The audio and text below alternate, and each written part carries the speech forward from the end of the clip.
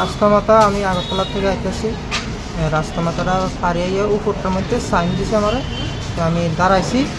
দাঁড়ানে আবার পেছনের ডিগিটা খুলছে, প্যাসেঞ্জার আসলো, পেছনে একটা বাচ্চাও আসলো।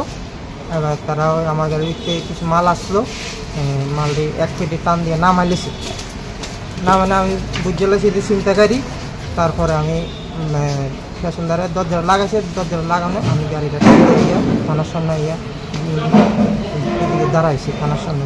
এটি কসমেটিক মাল আসলো। এখন থানাতে আসি, বাচ্চার একটু হাতে ব্যথা হয়েছে, হসপিটাল লয়ে গেছিলাম।